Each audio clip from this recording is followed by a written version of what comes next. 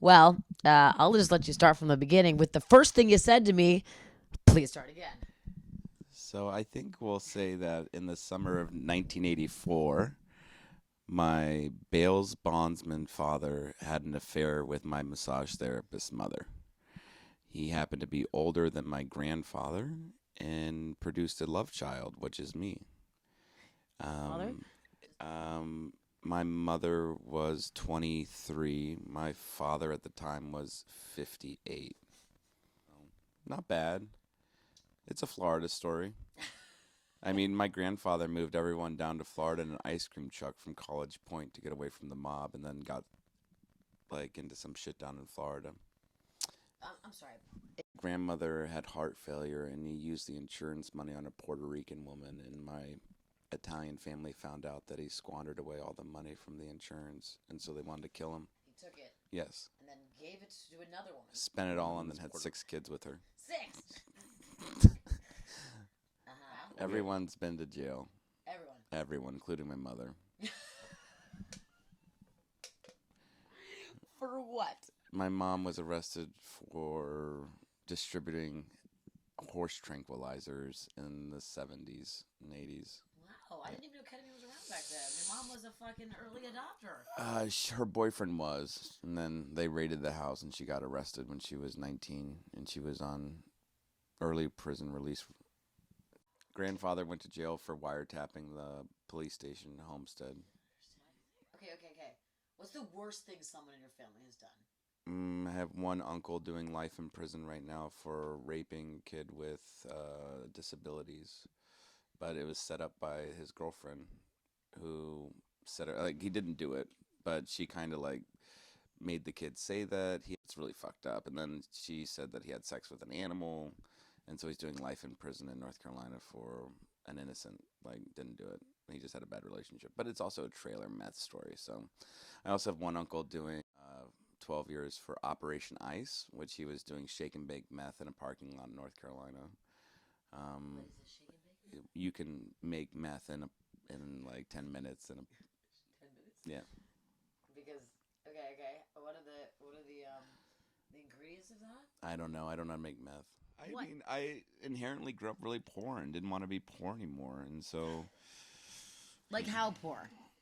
like, food stamps and single mother working at a dentist office, raising everyone on $7 an hour, me and my sister.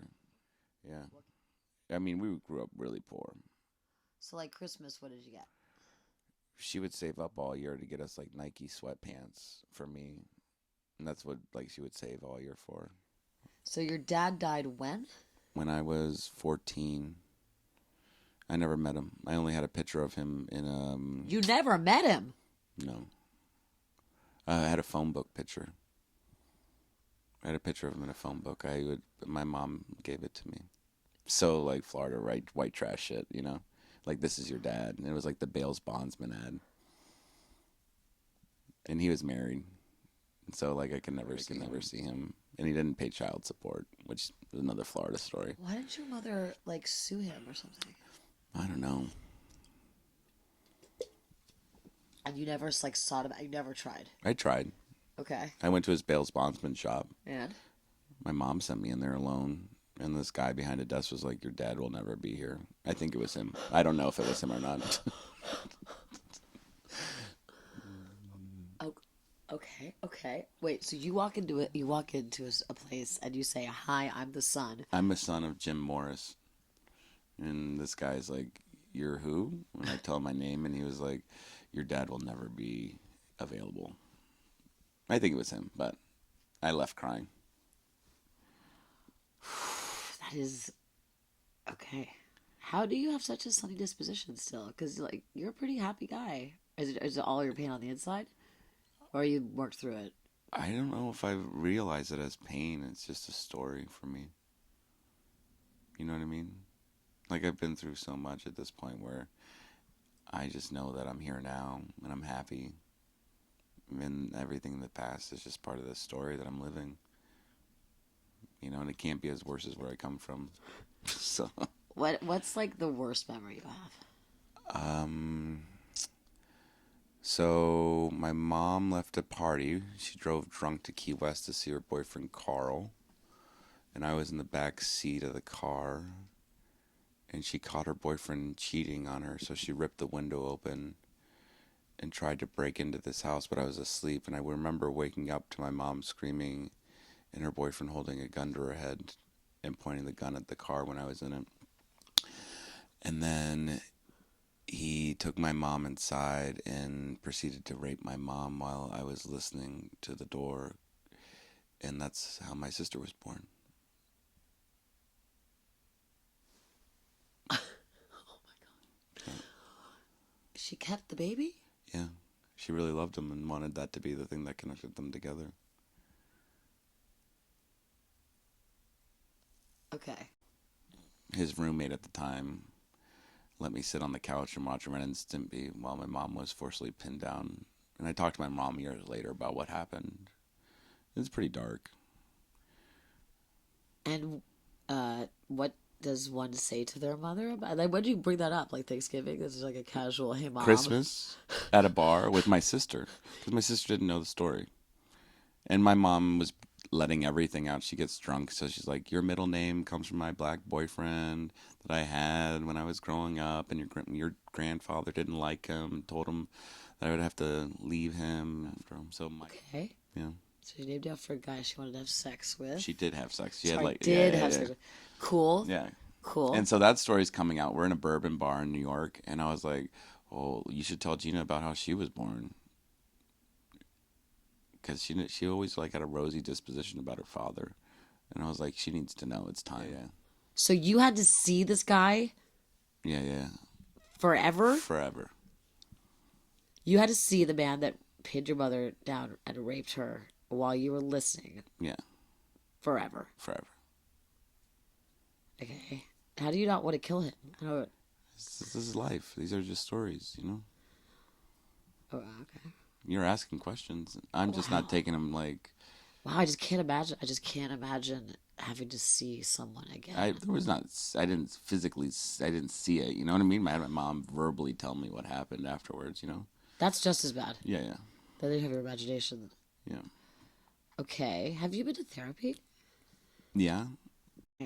How do you have such a sunny disposition still? Because, like, you're a pretty happy guy. Is it all your pain on the inside? Or you worked through it? I don't know if I realize it as pain. It's just a story for me. You know what I mean? Like, I've been through so much at this point where I just know that I'm here now and I'm happy. And everything in the past is just part of the story that I'm living. You know, and it can't be as worse as where I come from. And so I guess we should talk about how I get to California.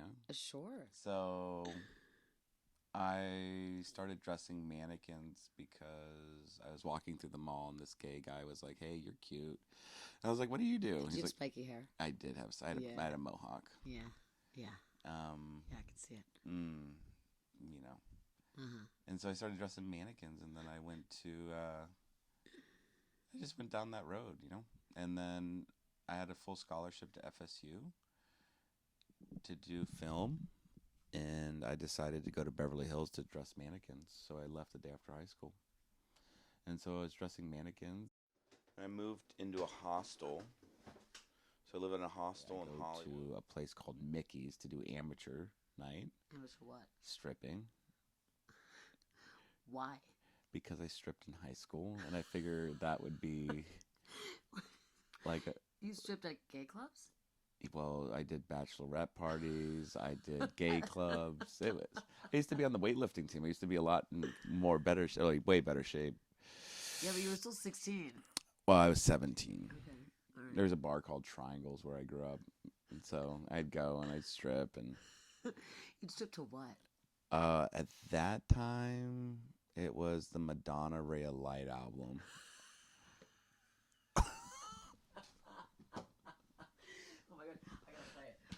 Which song? What was the song you used to play most? Oh God! What was it? Which one was it? The Ray of Light? Ray of Light? Like? No, it's the one right after where it's like the slow passion one. What was it called? I don't know, dude. It's been so long. Let's not say we did. No. Let's continue. We are. I don't know the name, man. I think it's song 5. This is too good.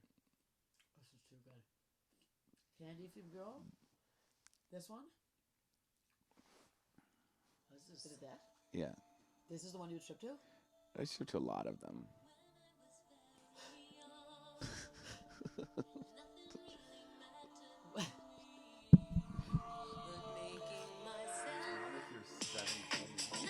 Oh.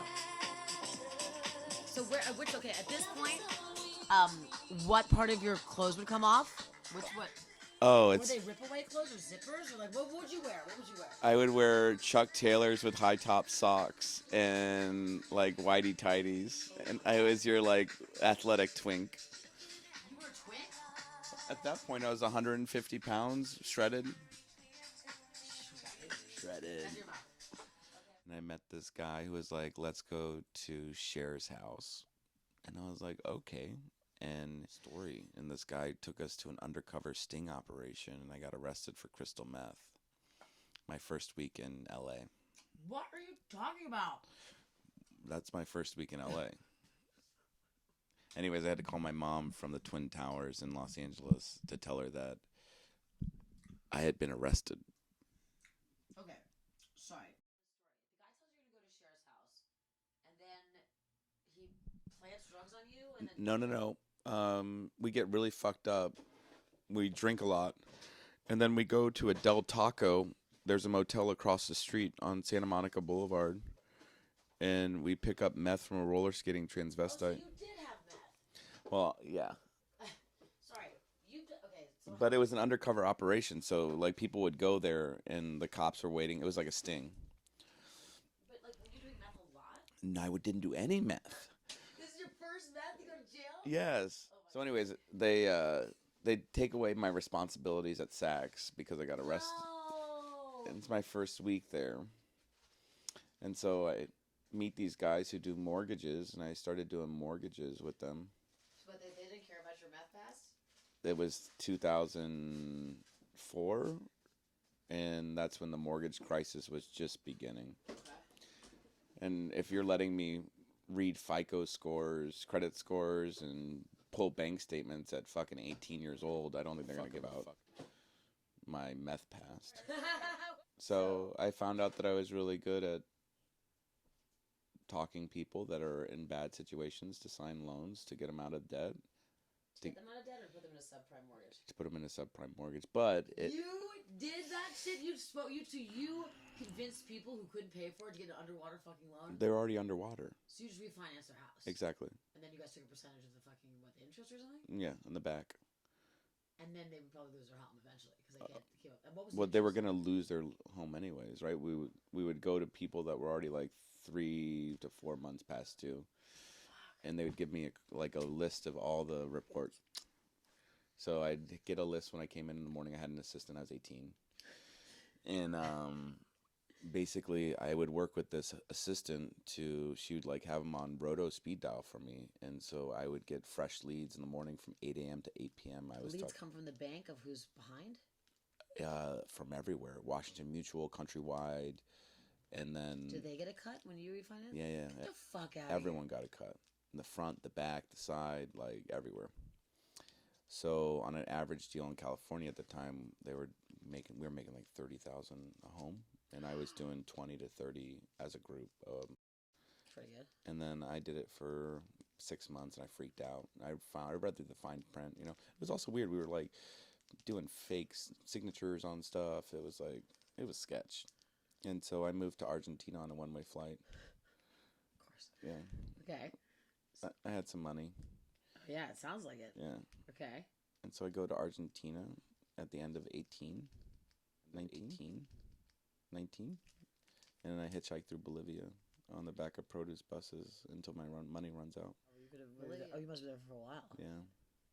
So I was in Cochabamba, La Paz. I lived in I Cochabamba. was just on the back of produce buses. I know he was going taking a... Wait, so sorry, you had money, but you still traveled like a bum? Mm-hmm.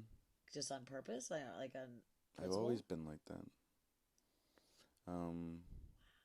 Anyways, I come back and I might tell my mom like I'm gonna go to college. She's like, "Where are you gonna go to college?" And I was like, "I'm gonna go to Orlando and live with my friend Warren."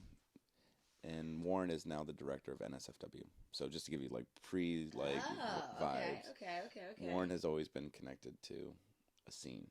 Uh-huh. So when I moved there, he's like, "You're gonna start." He takes me to iBar, and I meet this woman, Karen Kennedy. I'm 19. I bet her yours is going so well. And so this woman is a massage therapist, and we become a thing. She was 36 and I was 19. That is disgusting. Why? I would never. But it was amazing for me. Why? What did she like about you? I don't know. You were a child. I know. Oh, she's just a fucking pedophile. No, she wasn't pedophile. I wasn't that young. Yes, you were. Okay, that's your opinion. That is. But look where I come from. This makes a little sense, right? Anyways, she ends up becoming my fiance. But she knows the owner of Club Pulse. Also, this is disgusting. Did she take a cut of your money? No, she stayed at the bar every night. She'd come watch me and introduce me to her friends who owned the bar. And then she'd drive me home at the end of the night. This is the weirdest relationship I've ever heard of. Anyways, I do a lot of Molly one night. And you loved her? Yeah, she was amazing. But that was like my first, real foray into like a love. And then I bicycled one night. We all did Molly. And I took a Huffy Girls bike and I rode that bike to Daytona Beach on $100. And I just wanted to get away. I didn't know what I was doing. There was no path. You just left your fiance in the bar? I told her what I was doing. I said I'd meet her in LA. She's like, "Where are you going back on to?" Your girl's Huffy bike? Yeah. She's like, "What are you doing?" And I was like, "I'm going to go back." I had my mortgage calculator and I knew how to make money. I was like, "I'm going to go back and start my own mortgage company." Okay. And so I rode a Huffy Girls bike for 4.5 months on $100 across the United States to get back to LA. From where? Florida. Oh my God. From Orlando to Los Angeles. Did you have a cell phone at that time? Nope. How did you figure out how to get from fucking Florida to fucking California? MapQuest in the library, I would print out directions. And I could only do 90 miles at a time. So every 90 miles I would have to stop at a library. Do you keep saying library on purpose? Library? Okay. Yeah. And how long did you Whoa. Were you in good shape? Like, did you pack food? Where did you sleep? I had a lot of water bottles. I had a tent. And then for breakfast, lunch, and dinner, I was forced to talk to bars and restaurants across the country and see if I could wash dishes or do something for food. And so I did that for 4.5 months. Yeah. Crazy. Where'd you sleep? Underneath underpasses and people's backyards, front yards, people's houses. People's like friends? No, people just took me in.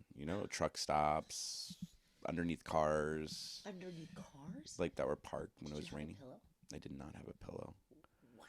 Yeah. You can sleep without pillows. I had to. Look how many pillows I have. I know you have a lot of pillows. I really care deeply about pillows. I know. In fact, when I went backpacking for years, I had a travel pillow. Yeah, that took up like half of my backpack. Never had that. You slept your head on the ground. Yeah, yeah. Well, I roll up my sweaty clothes and I put them under my head. Wow. Yeah. And did you feel happy and free, or was it stressful? Was it scary? Did you cry, or was it just like getting through the day, or what is that like? I don't know. Up and downs, Yeah, fair. I didn't realize how big of an impact of what I was doing would actually change my whole life. In a good way? Both negative and positive. I think that I have a very strange way of looking at life because I know that I can just leave at any given point. But yet I've taken that energy and put it into business. I also bringing, but I'll also, you've known me, like I'll work 7 days a week without saying a peep. Like I have no problem working forever because I've been on a bike forever. And there was only one thing, like at least this, I know that I'm going to get fed and I have shelter, right? With this life that I have now. With the life before, I didn't know, right? And so What's the scariest place you ever slept? The trailer in a mountain in Washington State with the Dorito delivery truck driver. Why was it so scary? Because I woke up and he was naked on my back and I was pinned to the ground. and I had to calmly talk someone off of me. It was like trying to like force, like it was like I was like, "Hey man, like please don't do this. I gotta go." And was he like, sorry, man, like, my bad. I read the room wrong? Yeah, totally. Okay. I ended up starting a mortgage company called New Country Financial. Yeah. Anyways, I get back. I get into mortgages again, and then fucking wind up in downtown LA working and spending my mortgage money at a bar called Bar 107. And this bar used to be a trans bar that turned into a punk bar, and it's like the first in downtown LA near Skid Row. And I start meeting all these creatives and art people, and like it's my first like full on entrance into like a new realm of just wildness. And then I meet some people from American Apparel, and I tell them this bike story. And I'm at this point not really happy with the mortgage company. It's been like maybe 4 or 5 months in LA, and we started this company, and we're hiring people, and responsibilities like starting to carry on me. And I was like, I gotta go again. So I told American Apparel about my bicycle trip, and they're like, what if you did it around the world and kept the $100? And like the mission statement was more about like showing people that there's humanity in the world. And so I was like, I'm in. They're like, we'll buy you a new bike, and we'll give you a party at every American Apparel that you stop at. And so I was like, okay, I'm gonna. Like a man's bike? Yeah, I got like a Benz bike now. It's a nice bike. So Did it have a basket? I only last maybe like 6 or 7 months in LA, maybe 8. At the tail end, it was just getting a little crazy, and so I left on Oh, a. it was getting a little crazy. I'd love to know what that means, but I won't push it. Yeah. And so, anyways, I leave on a bicycle again, and I ride all the way up to Seattle to New York. When I get to New York, I'm like, holy shit, this is New York City. I'm here. I'm 20. This is wild. And then do some gay porn here and there. No, nope. No, Nope. no, You can't just do some gay porn. Had you had gay sex before? no. You went straight into porn? Yeah. And how was your first gay sex? It was weird. I think the guy was on drugs for sure. And why? Well, because first of all, the production company was sketch as fuck. It was like on 23rd. Like, I had never been to New York City, nor have I done porn, nor do I if now looking back at it, I was like, why did I go to this office on 23rd Did you Street? find it in like back alley pages? Craigslist. Remember Craigslist? You searched Male models needed, right? Is that what those are for? Yeah. It's for porn? Well, that's what I got mine on. Oh man. The company was called spyondudes.com. And yeah, so I go to the set, and this kid's definitely on drugs, and I hook up, and the producer is like, you got a really big dick. We should do to you. He's like, we should do more work. I was like, yeah, you can book me out. I'm here for a couple weeks. And he booked me the fuck out. And so how much money do you get for your porn? I got not enough. Like 250 to 400 a shoot, depending on how much I did. This is like Anyways, so first time hooking up with a guy, and then went through 10 different guys in 2 weeks. So black, Asian, upside down handstands. upside down hand. Is that a race? No, it's when two guys suck each other off at once in a upside down handstand. Who was upside down? I was. Had sex in a van. Just stuff that I never thought I'd feel like. I was like, oh, I'm just going to do this, and no one's ever going to find out. Is this before the internet?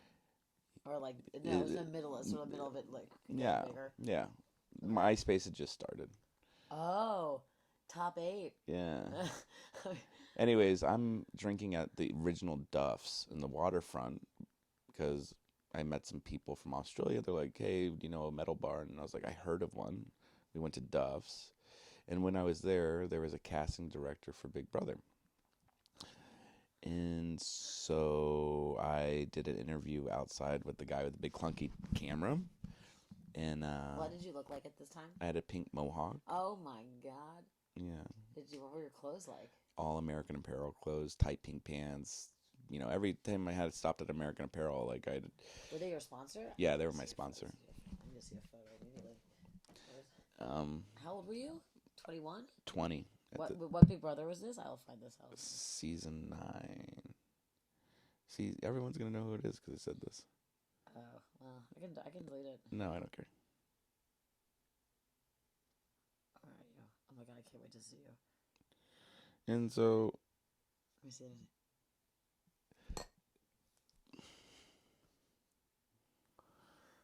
I had a really wonderful time. And then I got casted for fucking Big Brother. So what happens when that happens? It was bad? Did you No, act bad or something? Did you? I didn't know what was about to happen. So, anyways, I do the casting with the person. I bicycled back to Florida, and I was waiting to catch a flight because I was going to go over to Europe and continue the trip. And I get a call, or my mom gets a call from the casting director saying that they're sending a film crew to come get me. It's just picking you like that's it. It's That's over. They're picking you up. pick me up. Okay. And so I get picked up on the beach where I was sleeping. Like they picked you up in a van, like Yeah. and then kidnapped you. Yeah, I put a thing over my head, presented me with a key. That's And not true. They put a thing over your head. yeah, you can't, you're blindfolded. You can't see where you're going. What? You know that they're their production company. It's for Big Brother, but you don't know where the house is. You don't know where you're going. Why? Why does it matter if you know you're stuck in that house anyway? Well, they don't want you to see other cast members that could be on that flight. I don't know. They want to make it like this thing, you know. They. It's a brain fuck, right? Wow. Okay. Anyways, I went from being homeless to being like on TV in a matter of a month. And so I get into this house as a homeless person. And do they know you're homeless? Uh-huh. And that I was bicycling around the world and all this stuff. And they're like, "We don't get you." Yeah. And I didn't get them, you know? Like, imagine like being on level 12 and homeless and then being with the worst creatures in America because they, horrible fame hungry. people want to be famous. They think this is their gateway to like this famous like upper echelon thing, and life is going to be so much better after the show for them. But really, it just gets real dark, and because it's like people are trying to figure out how to manipulate people in live prime time, and then we're also. Our season was the season of love, so I was partnered with a girl that they thought we would hook up, and was she also? No, she was like this girl from Iowa, and I'd be so mad if I went on a TV show. It was the love season. They partnered me up with some fucking homeless dude with a mohawk. I'd be like, "You're fucking kidding me? This is my partner? No way." I was good at competitions. I bet you were. Did you win the competitions? I almost won the show. Were they hard? The competitions were they harder than you think they are? Yeah, I had to they... stand on a crystal ball for 5.5 hours. I had to eat a goat's eye and just weird shit. Dude, you know what's funny? Remember when Factory. yes, Yeah. he's like delicious. He's like, you're gonna have to eat this fucking goat dick. He's like, got some hot sauce. Yeah. Essentially, what happened with me. You almost won. Yeah, if I did, yeah. How did you lose? Oh, I got brought. I was one of the only people to ever be brought back. So they voted me back into the house. I got evicted, like the viewers, the cast members. Okay. And so I came back and I got to the final 5, and I just couldn't. I had to win every competition, and I couldn't do that to stay in. I won 3 like saves in a row. They kept trying to get you out. Yeah. So I guess everybody's gonna give the homeless guy the money, right? Yeah. That's like, yeah. Okay. And people like you? Were you like a fan favorite? Yeah, I won $25,000 for America's Fan Favorite, and then I did a Mountain Dew commercial when I got out. Mountain Dew commercial? Yeah. How much does a Mountain Dew commercial pay? $50,000. Not bad. Yeah. And that didn't make it to air. Oh. Okay. Because all the porn stuff started to come out. Not amazing. What do you care? You won $25K, and like, what is it about? Like. Yeah, but it was like, imagine like small town Florida, right? Grew up like. Oh, because it was gay stuff. Hardcore gay stuff. Okay, so what's the most hardcore gay thing you did? 2 dudes at once. But imagine like doing 2 dudes at once, and then like your family seeing this, and you can barely do one dude at once. Imagine being on the front of the National Enquirer, like when my mom's like in the shopping lane, like Big Brother takes big dick, you know? Wow. So I didn't talk to my grandfather. We found out. My family has always been weird about it. Imagine like all those like jock people I hung out with in Florida, right? And so I lost a lot of friends, you know? I gained a lot of money and notoriety. But I had but I had private security detail for 3.5 months because I had so many death threats because I was having sex with a girl on TV that I didn't tell her that I did gay porn, so everyone thought I was going to give her AIDS. Oh, who were you having sex with on TV? My partner. Oh, But you did fuck like the Nebraska girl. yeah, but everyone is so small-minded, and they thought I was like, because I did gay porn, I had AIDS instantly, right? And so they were like, Christian America was like, heads were melting, calling and doing death threats on me. Anyways, so that's that part of the story. And then, Okay. and I move, I have all this money and I cash all the checks and I put it in a backpack. And I live like a fucking hooligan in LA for 3-4 months until all the money's gone. And at that time, I was doing a pool party called Rehab in Las Vegas with Carmen Electra and Method Man. And they'd fly us from LA, and we'd go sit at the pool and take photos with people. And You were a celebrity? I was a D-list celebrity. Oh, bro. Yeah. Like doing all these like indie movies. It was just like I don't know. I had an agent who was horrible. It was a strange time. I met this fucking Ed Hardy model in Vegas. Guy? Girl. Okay. We moved to. It's hard to know. We fell in love and we moved to Paris on a coin flip. Yeah. Okay. So, What was it? What was Tails? Rome. Oh. Yeah. So no money, everything. So I help Crazy James move to Paris. Like before crowdfunding and all that stuff, I set up a PayPal account and I posted on MySpace to like I had.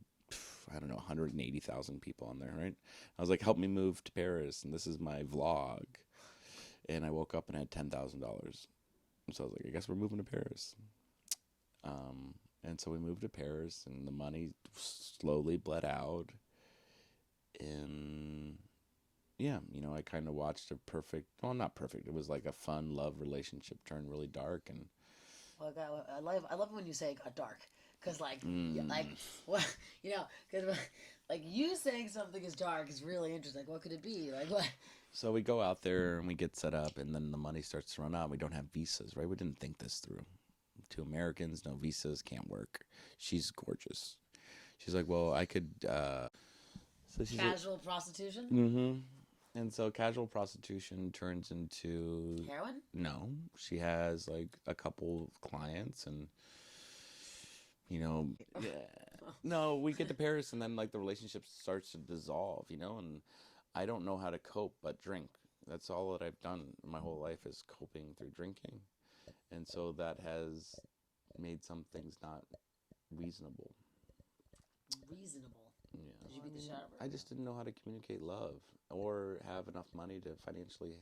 When she got the taste of what it was like to be taken care of from these Johns, what would it mean to come back to her little punk boyfriend living in squalor and eating soup?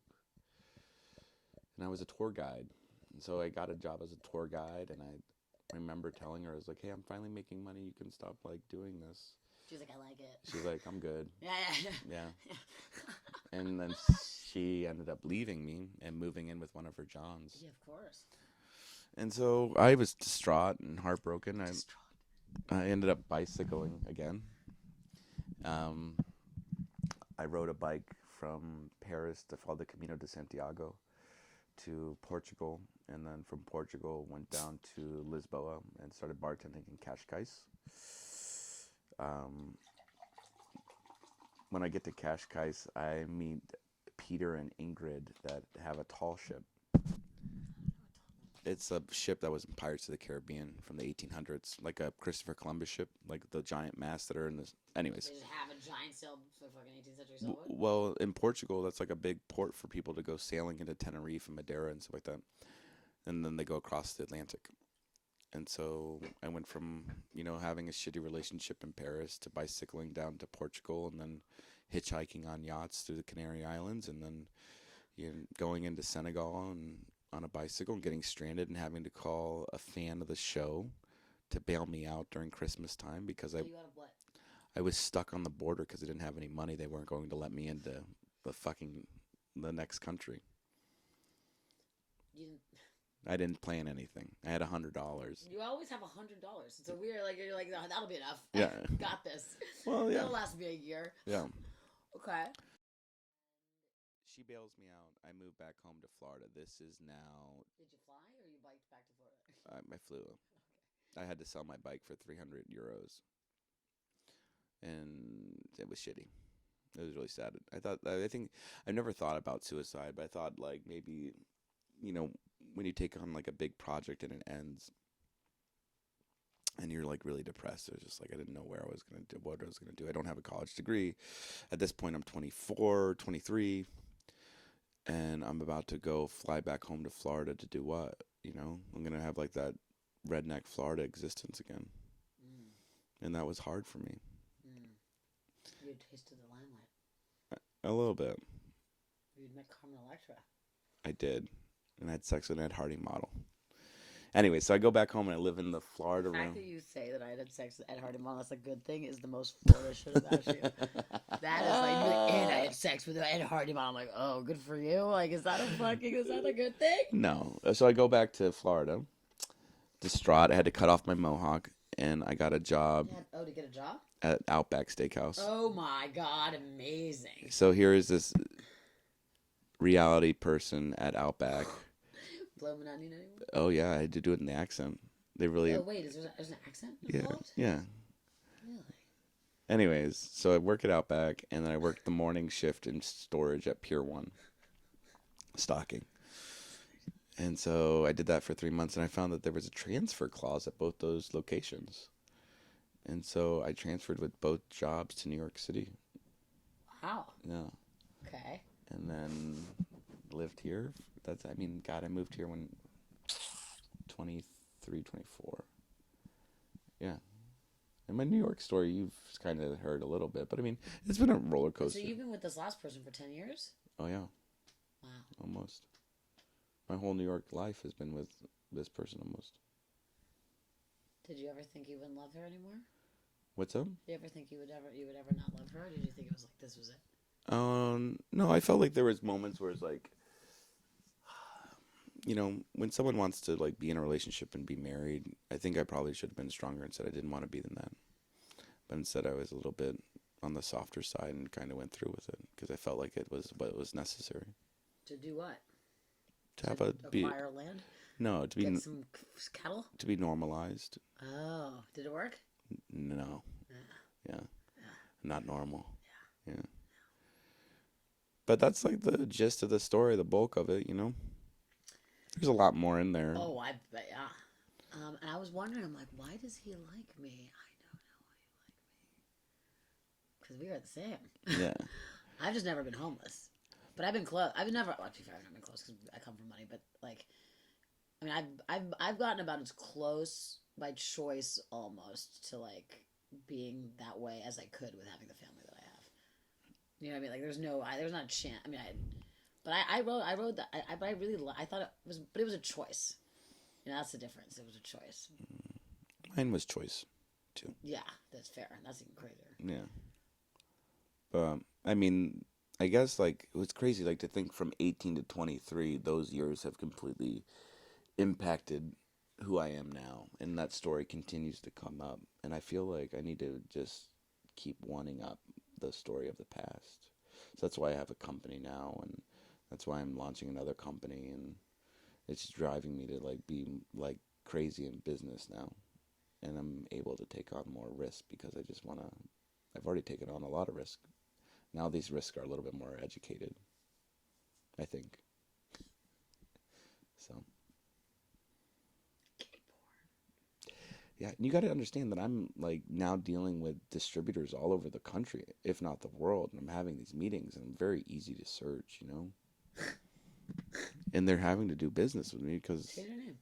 No, not at all. I own it. I own who I am. I own the story. Yeah, I understand that. Fuck yeah. Can I Google your name? Yeah, anyone can.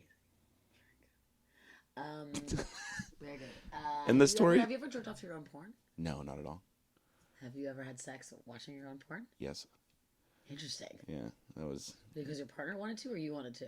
Partner. Whoa. Yeah. Which part was this? It was a while ago. No. Which porn did you choose? What was the title? The one where I'm getting fucked in a van. She chose it.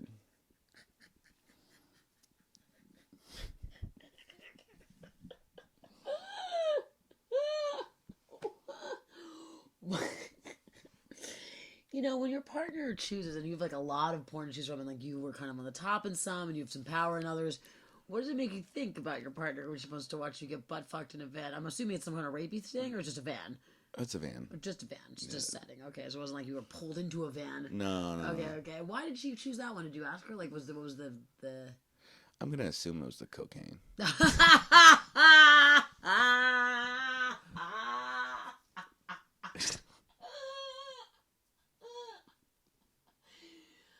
Oh, boy. Okay. And, do you think that she had a more pleasurable sexual experience watching this video? I don't know. So did she... Okay. What do you do with your own porn while you have sex? Do you watch yourself? Do you watch... No. She was watching you get fucked while you fucked her. It's meta, dude. Yeah, I guess. Wow. So you'll do anything. Within reason. Yeah. Cool. Have you ever killed anybody? No. Have you gotten close? Mm-mm. Have you been close to dying? Mm-hmm. How many times? I guess it's like 5. 3. Okay. Yeah. All right. 2 overdoses and 1... Overdose. What'd you overdose on? You don't want to know. Yes, I do. This I don't want to know. So I'd broken my wrist post-TV show, and I was like still coping mentally with all the gay porn stuff coming out. But I met these German people that were like selling psychedelics up and down the coast, and they had a ton of drugs, right? So I ate like some shroom chocolate, and they're like, we should do acid, and then we should do coke, and we should do this. Why would you do coke with acid? It's a bad combo. I started with coke and was drinking and was like this, and it was like... Got it. Anyways, overdosed. Okay. And it was just like my mind melted. And it was like I had so much ego at the time. I think it was just like I needed to be belittled and humbled. And there was just a lot of stuff that came out mentally at that point. You know. Okay. Yeah. That's not it. So how did you end up what? I just overdosed. That's all. Overdose on what? Oh, just like acid and coke and like just it was all of the things. But okay, so you ended up in the hospital like on a bed or something, or what? Yeah. I woke up. I was like, I'll never do that again. Fast forward like 6 years later, 7 years later, I'm doing it again. Okay. Yep. Okay. Well, you're obviously the perfect partner for me. Great. Perfect. Let's see who can kill the other one first. That's the story. I think, I have to... It's been really hard to be honest with who I am and telling the story and sure. hiding certain things. And do I know everything? For the most part, yeah. Everything. Cool. Yeah. Right. A lot of things get left out because I'm just trying to read people. What do you mean? I don't know. Some people want to hear certain things. I want to know everything. I know you want to know everything. Yeah. I want to know the average. But some of these stories hurt people too, What do you mean? This is how I talk about my family and... You mean it hurts them? Yeah. Yeah, fair. Well, we don't have to use it. No. I don't care. I don't think this is going to get, like, mass audience. How dare you? I'm sorry. You have no idea what's going to happen. Okay. So just be careful what you say. Because, it can end up on the internet forever. Oh, I know. Oh, yeah. I know. I'm very aware. Well aware. Well aware. Okay. If you could change one thing about your past, what would you? No. You'd leave it exactly the same. Exactly the same. I hope that the future me just wants to try harder and do more. You try pretty hard. Yeah, there's a lot to do. A lot of things to see. And I also want to, like, show the kid who's in a trailer in some place that you can fucking do whatever the fuck you want. Because I was that kid. Do you have nightmares? No.